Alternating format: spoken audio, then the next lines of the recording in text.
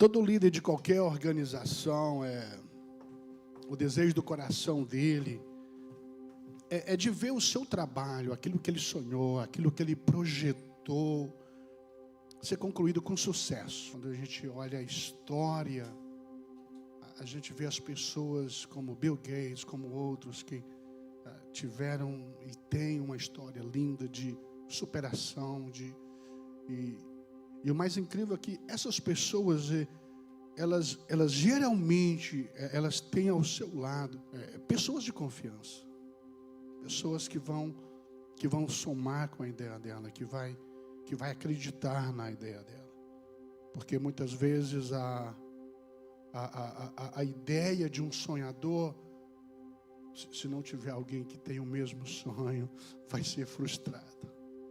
Davi está vindo da guerra, poxa, uau, e o cara desceu do salto, o cara era rei, o cara desce do salto e dança, o problema é que tinha alguém que não estava na mesma sintonia. A sintonia não era a mesma. Abigail fica da janela e olha e começa a questionar. Poxa, a posição do cara, o cara tem que se portar melhor, o cara tem que ter um comportamento mais adequado pelo cargo. Só Davi sabia de onde ele estava vindo, o que ele passou. Existem textos na Bíblia que não são relatados. O que você achou que aconteceu com Davi naquele campo de batalha? Você acha que ele simplesmente chegou e... Querido, só Davi sabe o que ele passou. A sua celebração tinha um motivo. Ele tinha um motivo para estar naquela euforia. Assim como todo homem sonhador, pessoas que têm grandes projetos, você tem que ter ao seu lado uma pessoa que compra a sua ideia. Traz essa pessoa para o seu lado. Prepare essa pessoa para que ele te ajude na conclusão do seu sonho. Martin Luther King Jr. nasceu em 1929, foi um importante pastor, ativista político. A coisa que ele mais enfatizava, a luta dele, era pelos direitos sociais dos negros aqui nesse país. A diferença racial, o desprezo com que os negros eram tratados. E Deus levanta esse homem, ativista, pastor, para lutar em prol de uma causa nobre. Ele graduou-se em Morehouse College em 1948. Depois formou em teologia pelo Seminário Teológico de Grossa em 1955. Fez doutorado em filosofia na Universidade de Boston. Em 1954, quando Martin Luther King iniciou as suas atividades como pastor em Montgomery, Alabama, que se envolveu num incidente em que Rosa Parks se recusou a dar lugar no ônibus para um cidadão negro. King esteve à frente de um boicote contra a segregação racial. Em 1957, se tornou presidente da Conferência de Liderança Cristã do Sul, atuando de formas mais intensificadas em defesa dos direitos civis. No ano de 1963, ele reuniu centenas de pessoas na marcha pelo fim da segregação racial em Washington. Creio que todos conhecem esse dia que foi um ícone. Foi nesse evento que ele pronunciou o seu mais famoso discurso. I got a dream.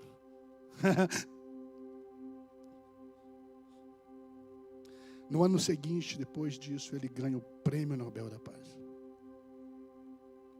Morreu em 1968. Inspirou e preparou líderes que continuaram e continuam até hoje lutando pelo mesmo ideal. Números capítulo 27. Josué é levantado como líder, novo líder de Israel após a morte de Moisés. Versículo 12. Então o Senhor disse a Moisés: suba a este monte da serra de Abarim e veja a terra que deu aos israelitas. Depois de vê-la, você também será reunido ao seu povo com o seu irmão Arão. Pois quando a comunidade se rebelou nas águas do deserto, diziam: vocês dois desobedeceram a minha ordem de honrar a minha santidade perante eles. Isso aconteceu nas águas de Meribá, em Cádiz, no deserto de Zim. Moisés disse ao Senhor: que o Senhor, o Deus de todos da vida, designe um homem como líder dessa comunidade,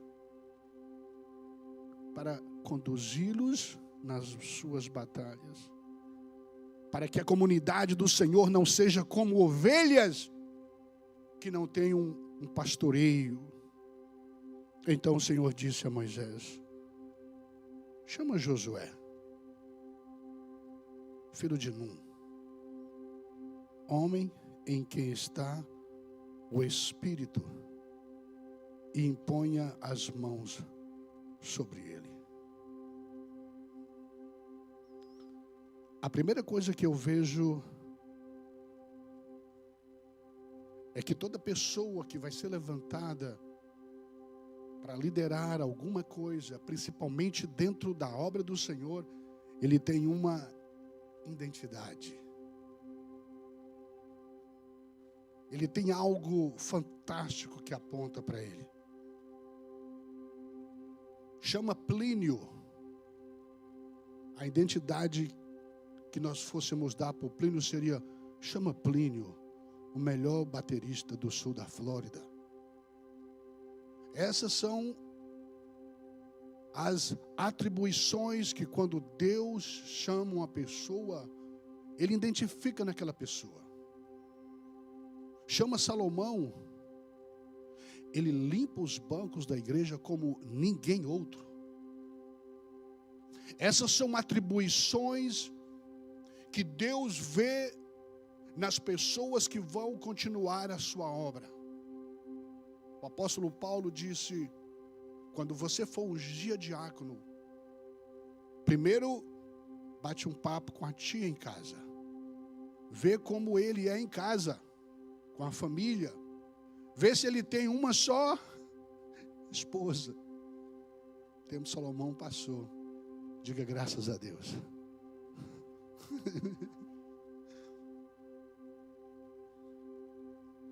Então essas são atribuições que Deus observa em qualquer pessoa para levantar essa pessoa.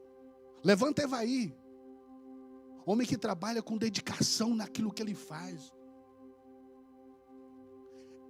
Ele cozinha como se cozinhasse para o Senhor. E muitas vezes a gente não valoriza essas mínimas coisas. A gente pensa que isso é só um dom natural. Não, isso não é um dom natural. Isso é um dom dado por Deus. Quando fizerdes algo para alguma pessoa, faça aquilo como que o quê? Estivesse fazendo para o Senhor. Eu sou bem romântico nas minhas orações. Eu convido Jesus para tomar café comigo. Pergunto se ele gostou do bolo. Se ele vai voltar amanhã.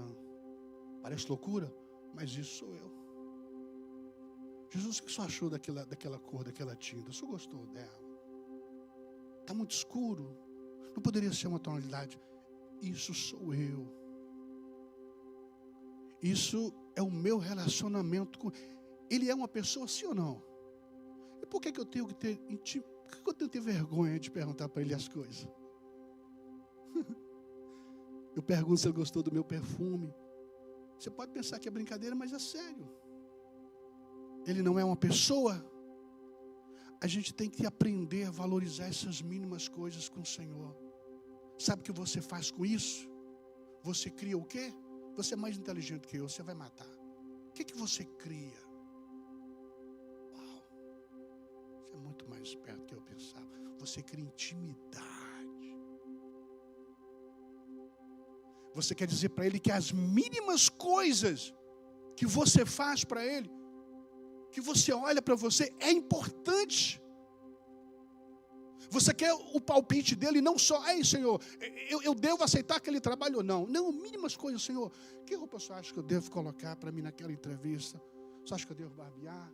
Ou ter aquela barba bonita que só o Rafa tem, pode...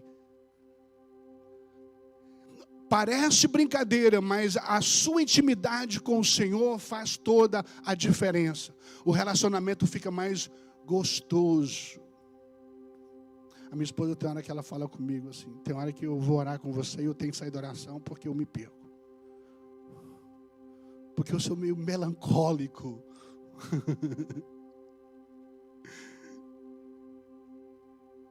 E todas as coisas que nos foram nos dadas, tudo isso é para a glória do Senhor. O que você acha que Evaí faz quando ele está cozinhando? Ele faz o melhor dele. Ele coloca o melhor tempero. É o dom que Deus deu para esse cara.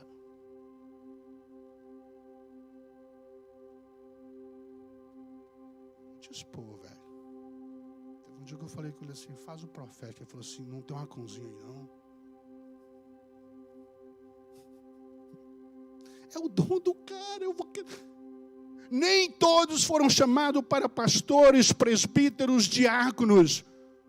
Mas todos têm de comum acordo a cooperação dentro do corpo. E ninguém é superior e nem inferior a ninguém. Porque o Espírito do Senhor é o que opera naquele que cozinha, naquele que prega, naquele que limpa. Isso é a operação poderosa do Espírito. Se for para mim, tem que, mas se for para o Senhor, Ele merece muito mais.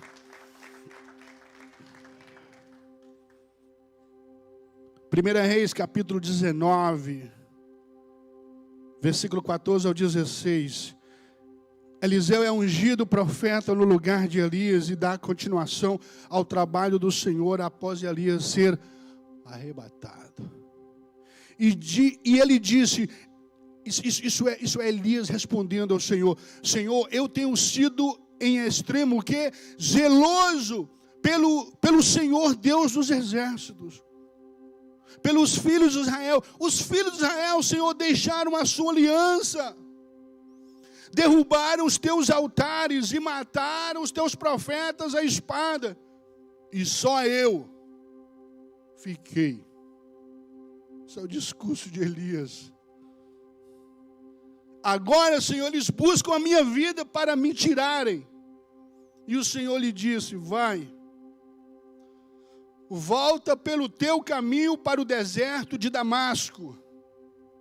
Chegando lá, unge a Hazael, rei sobre a Síria.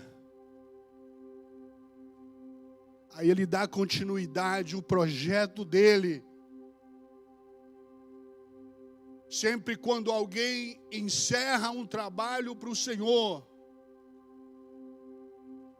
existe uma promessa que esse trabalho nunca para. Há muitas pessoas que por falta de conhecer o Evangelho, por não lerem a palavra de Deus, por escutar pessoas que não deveriam estar escutando, começam a acreditar que a igreja do Senhor está falindo. Ei, com a promessa que existe sobre a igreja, por que nós temos essa dificuldade de acreditar nessa promessa? Nós acreditamos que Deus cura isso, que Deus faz aquilo, mas será que nós temos dificuldade de acreditar na promessa que o Senhor Jesus fez? Ele não mandou Paulo escrever, por mais que fosse, seria bem aceito, mas isso ele fez ele mesmo. Qual a promessa? Isso é uma promessa. Eu sei que também está escrito na palavra de Deus, que por se multiplicar a iniquidade, muitos esfriariam. Mas a igreja não está contada nessa frase. Me desculpe ser ousado com você nessa manhã, Mas não empreste o seu ouvido para pessoas que não têm conhecimento bíblico. E disse que a igreja do Senhor está se sucumbindo. Isso é porque ele não sabe o valor que foi o sacrifício do Mestre na cruz. Foi ele que prometeu sobre a minha.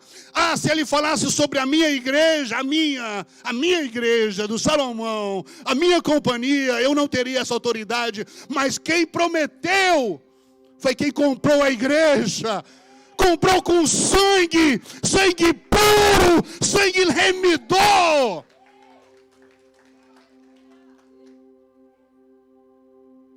A igreja é imbatível.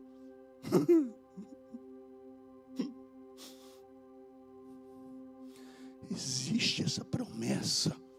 Não aceite menos que isso. Na caminhada, alguns se perdem. Infelizmente, isso vai acontecer. Isso é inevitável. Também está escrito. Mas falar que aí a noiva, isso é manchar o evangelho. Isso é manchar a palavra. Existe uma promessa sobre a noiva. Se fosse eu, Rafael, Marquinho que tivesse prometido. Se fosse o melhor cozinheiro da igreja, o Evaí que tivesse prometido. Se fosse o melhor baterista que tivesse prometido, ou o melhor cantor, teríamos motivos para duvidar, para questionarmos. Mas ele é fiel para cumprir aquilo que ele prometeu.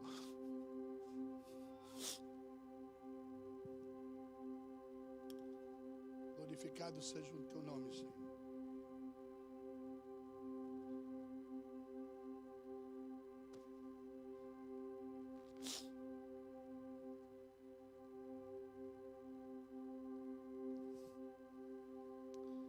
João capítulo 14. Jesus fez uma das suas últimas narrativas antes da crucificação.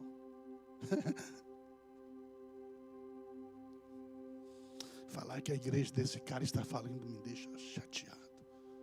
Porque esse é o cara. Se fosse a minha igreja, mas falar que a igreja que o mestre veio, derramou o seu sangue.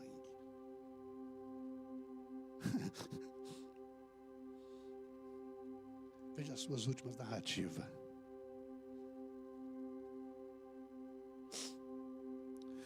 Na verdade vos digo que aquele que crê em mim, viu, Geisa, fará as obras que eu faço.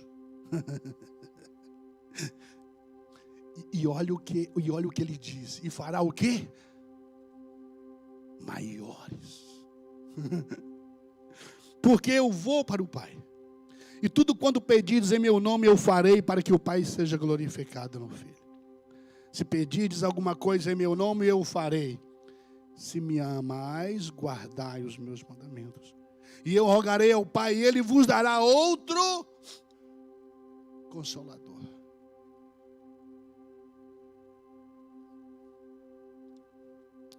Aqui agora tem o tempo que Ele vai permanecer conosco. Jesus estabeleceu um tempo. Ele ficará convosco para sempre. No dia do diagnóstico mau, no dia do diagnóstico bom. No dia que você descobriu que você tinha carta de deportação, no dia que você descobriu que sua deportação foi cancelada.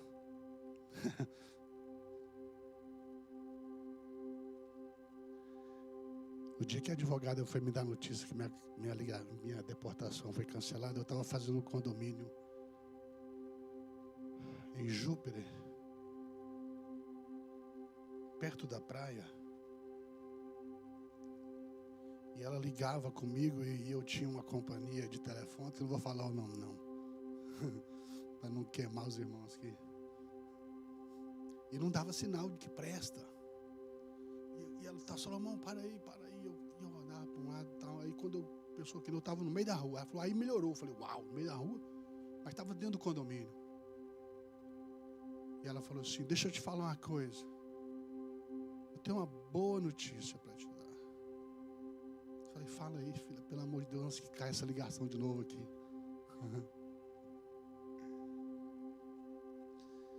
Acredite ou não, sua deportação acaba de ser cancelada.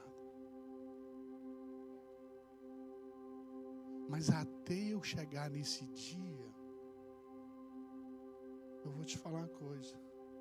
Tinha dia que eu levantava 2 horas da manhã e eu via, ok? Que a gente gosta de subir aqui e contar só aquelas coisas bacanas, né? Para animar o povo. A gente tem que contar a realidade da vida da gente. Eu via minha casa cercada de homens da imigração. Eu via. Escutava barulho, cerca pela frente. Psicológico. O que eu fazia? Se eu correr para os pés de Simão, ainda bem que tem alguém na casa. Eu corria para os pés do mestre. Falei, Jesus, olha meu coração como é que está. Me ajuda a crer. Me ajuda a acreditar que isso vai acontecer, porque fé é isso aí, não é que você sente. Não, querido, você não sente não. Você tem que lançar a palavra. Tirar lá na porrinha, não sei, no brogodó e caiu em cima de Jonas. Ei, velho, o que você fez? Bateu uma porrinha aqui ou uma brogodó e Deus deu em você, velho. Qual foi a palavra de Jonas? Ele orou? Ele tomou uma atitude de fé. Me lança no mar. Ei, se tivesse para ter sido lançado, talvez no Rio Doce, no Rio Todos os Santos, era fácil de atravessar a margem. Ele me lança no mar. Assim tem que ser a nossa vida. Muitas coisas que nós vamos alcançar, nós temos que ser lançado no mar.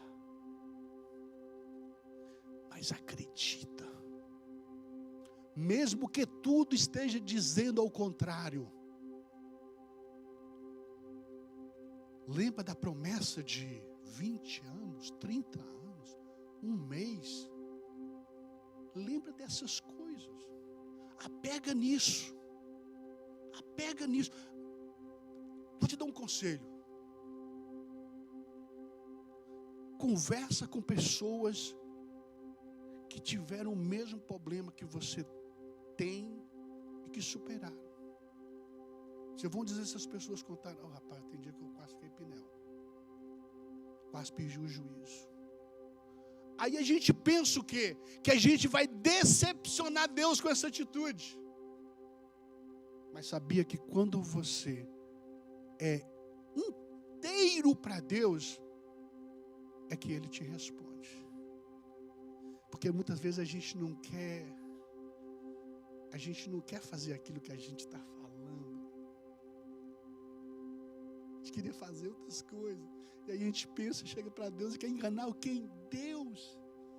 Senhor, Tu és lindo. Eu já orei assim, Senhor, eu não estou com vontade de Te glorificar. Para que eu vou mentir? Isso é uma falsa expectativa de que parece que eu posso surpreender Deus. Deus age na sinceridade do seu coração. É por isso que Paulo dizia, quando eu penso que eu estou muito fraco, é que eu me fortaleço. Se você não tiver desejo de orar, você sabia que até o desejo que está em você não é seu. É Ele que coloca.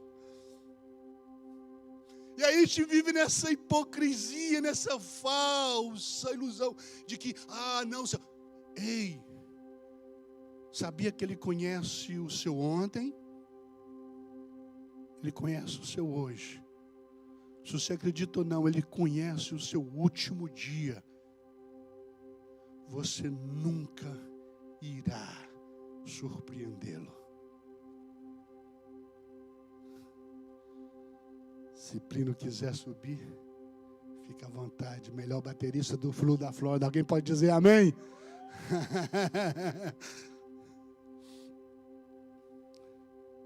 Mais uma vez nós vemos um grande líder despedindo dos seus auxiliares.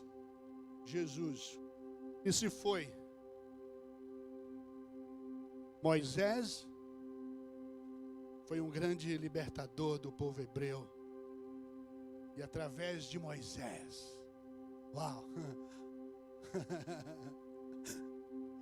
Deus feriu o Egito. Brincadeira, hein? Através de Moisés. Só que Moisés se foi também. Elias foi um grande profeta que Deus usou para abalar a terra com prodígios, sinais. Homens que tinham uma intimidade tamanha com o Senhor, que o Senhor olhou e falou assim: oh, vou te arrebatar vivo, brother. Vou te dar um conselho da minha parte. Como diz o apóstolo Paulo, eu acho bacana a maneira que Paulo diz ali, quando ele fala sobre casamento, ele diz assim: digo eu, não o Senhor, que bom seria para o homem não se... Ele usa uma palavra que eu não vou usar, porque isso não é, para mim não é contaminar, mas ele usa essa palavra: contamine-se com mulher, fique solteiro. Mas ele fala, quem está falando sou eu. Agora eu vou falar também. Digo eu, Salomão, não o Senhor. Toma muito cuidado quando eu for falar de Elias. Não reprove alguém que Deus não reprovou. Elias foi para o melhor lugar que ele poderia ter ido. Na caverna. Caverna não é lugar de covarde. Caverna é lugar de homens que estão se fortalecendo em Deus, para saírem de lá mais fortes do que entraram. Elias pensou, terminou meu ministério. O Senhor olhou e falou assim: sabe uma coisa, eu vou encerrar mesmo. Acho que já deu, velho. Você já fez muita coisa. Você já assolou a terra. Unge alguns reis, e eu vou chamar um cara para o seu lugar, Eliseu. Então digo eu, não o Senhor. Toma muito cuidado quando pegar Elias para bater. Se você sabe ou não, ele achou tanta graça aos olhos do Senhor, que Elias foi arrebatado o quê? Como diz lá em Minas Gerais, vivinho da Silva. Quem conhece essa expressão? Vamos encerrar, pessoal. Jesus foi o único.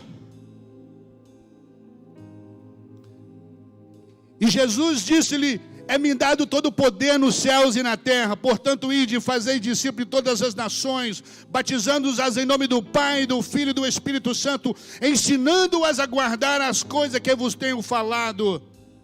Eis que eu estou convosco todos os dias até a consumação dos séculos. Vai nessa, galera. Vai pegando o clima junto comigo. Grandes líderes foram levantados e continuarão sendo pelo Senhor, mas somente um deles venceu a morte, vive e reina eternamente. Ele foi o único digno, e o salmista escreveu: olha, esse cara aí tem que fazer o seguinte, tem que escrever para ele assim: levantai, ó portas, as vossas cabeças, levantai-vos, ó entradas eternas, e entrará quem? Elias, Moisés, não, entrará o Rei da Glória. E alguém faz essa pergunta: quem é o Rei da Glória? Quem é o Rei da Glória? E os anjos respondem: o Senhor. Quem é o Rei da Glória? O Senhor, forte e poderoso. O Senhor poderoso na guerra. Levantai, ó portas, as vossas cabeças, levantai-vos, ó entradas eternas, e entrará o Rei da Glória. E novamente se pergunta: quem é o Rei da Glória? O Senhor dos Exércitos. Ele é o Rei da Glória.